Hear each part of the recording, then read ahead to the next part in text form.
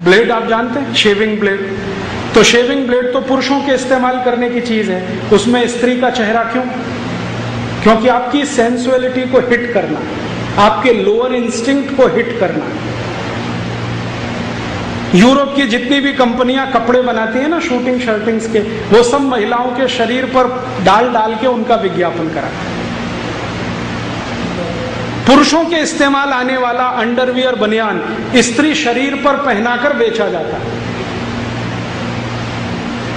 और वहां के जितने भी अखबार हैं, जितनी भी पत्रिकाएं हैं, अगर आप उनको ठीक से पढ़ लें तो वहां के अखबार एक दिन का 1 किलो का होता है, इतना वजन का होता है। 250-300 पन्ने उस अखबार में हो सकते हैं।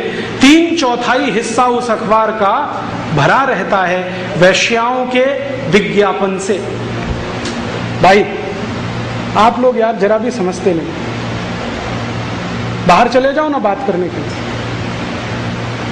इतने शांति से सब लोग सुन रहे हैं और आप कचर कचर कर रहे हैं। कोई भी विज्ञापन अखबार का उठा के देखो, यूरोप और अमेरिका में मैगजीन उठाकर देखो, पढ़ो उसको आप, 101% विज्ञापन महिलाओं के, वेश्याओं के। मेरा फिगर इतना है, ब्रेस्ट इतना है, लोअर पार्ट इतना है, आप आइए फोन पर संपर्क करिए। यूरोप के अखबार हो या अमेरिका के। और उनकी हेडलाइंस भी अखबारों की कुछ इसी तरह की होती है। डायना आज स्विमिंग पूल में उसके साथ गई नहाने के लिए, वो नेशनल न्यूज हेडलाइन। हाँ, नेशनल न्यूज। डायना मर गई तो हेडलाइन भी मर गई। इस तरह की स्थिति है। अखबार हो, मैगजीन हो, पत्रिकाएं हो, भरी पड़ी है। फिर वहां के जो टेलीविजन चैनल हैं, वो जो सीरियल्स बनाते हैं, वो भी स्त्री को सेक्स ऑब्जेक्ट के रूप में ही रख के काम करते हैं। अब हिंदुस्तान में क्या हुआ, हमने उनके टीवी चैनलों के सीरियल की नकल करनी शुरू कर दी, हमने उनकी मैगजीन की नकल करनी शुरू कर दी, उनके अखबारों की नकल करनी शुरू कर दी। तो इस देश में भी सीरियल बनने लगे। सास भी कभी बहू थी, घर घर की कहानी, तेरी मेरी कहानी, कहीं किसी रोज, पता नहीं क्या क्या नाम, एक ही थीम, एक्स्ट्रा मैरिटल अफेयर्स। सभी सीरियल का एक ही थीम, एक्स्ट्रा मैरिटल अफेयर्स। हर सीरियल में किसी की पत्नी किसी के पति के साथ भाग गई, किसी का पति किसी दूसरी की पत्नी के साथ भाग गया, कोई पुरुष 3 स्त्रियों को फंसाना चाहता है, कोई स्त्री 10 पुरुषों को फंसाना चाहती है। जो यूरोप और अमेरिका का कचरा है वो हमारे टीवी सीरियलों में घुस गया और ये रोज दिखाया जा रहा है। हम बड़े प्रेम और शांति से देख रहे हैं, इस उम्मीद में कि इसमें से कुछ मजा आएगा। मजा क्या आएगा, थोड़े दिन में आपके घर में यही होने लगेगा, ऐसे ही होने लगेगा। क्यों होने लगेगा? इसलिए होने लगेगा कि मैं बचपन की एक कहानी याद है, मुझे माताजी मंदिर लेके जाती थी, तो मैं कहता था रोज रोज एक ही मंदिर में आना और वही भगवान का दर्शन करना, इसमें क्या रखा है? तो मेरी माताजी कहती थी कि देख, बार बार दर्शन करने से ईश्वर के जो गुण हैं वो अपने अंदर आने लगते, इसलिए एक ही मंदिर में जाना, बार बार दर्शन करना बुरा नहीं है। अब ये बात मैं कभी भूलता नहीं। अब हमारे घरों में रोज रोज एक ही तरह के सीरियल का दर्शन हम करते हैं, तो उनके भी गुण हम में आने लगेंगे तो तर्क चल जाएगा, एक्स्ट्रा मैरिटल अफेयर्स में क्या खराबी है, क्योंकि यूरोप और अमेरिका में कोई खराबी नहीं है, तो यहाँ क्या खराबी है?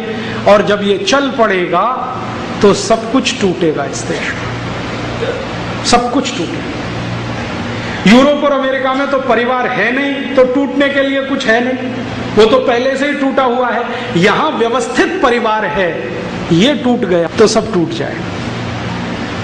और हमारे यहाँ आज हिंदुस्तान में स्त्रियों के प्रति जो हिंसा बढ़ रही है, बलात्कार के केसेस आ रहे हैं, छेड़खानी की घटनाएं बढ़ रही हैं, इनका बहुत बड़ा असर विदेशी दर्शन से है, यूरोपियन फिलॉसफी से है, जो हर सड़क चलती स्त्री को सेक्स ऑब्जेक्ट मानता है।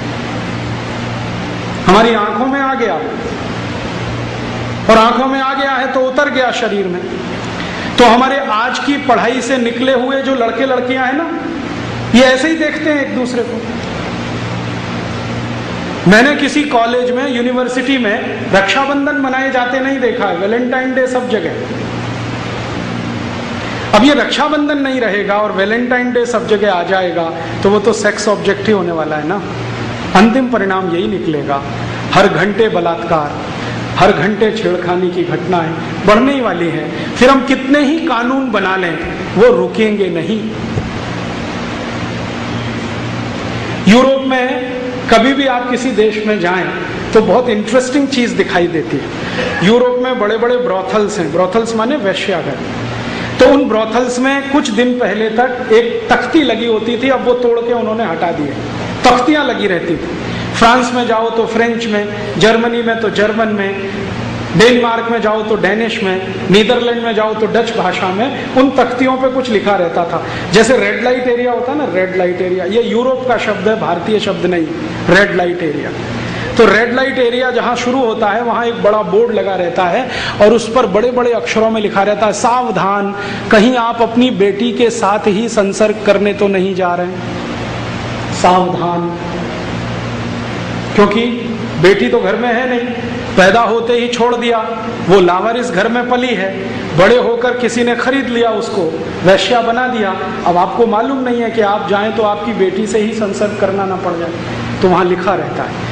तो फिर इसका व्यवस्था कैसे होती है? तो वहां एक आजकल डॉक्टर बैठने लगे हैं जो ब्लड चेक करते हैं आपका, कि आपका ब्लड ग्रुप देख लो और जिसके साथ सोने जा रहे हो उसका ब्लड ग्रुप मैच कर लो।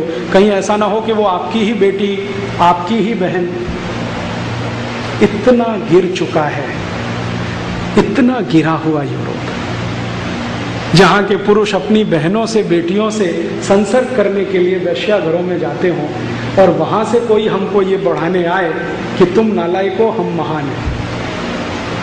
हमने कभी खोजने की कोशिश नहीं की यूरोप की असलियत क्या है। हमारे बहुत सारे दोस्त हैं जो भारत छोड़कर यूरोप में बस गए, अमेरिका में बस गए।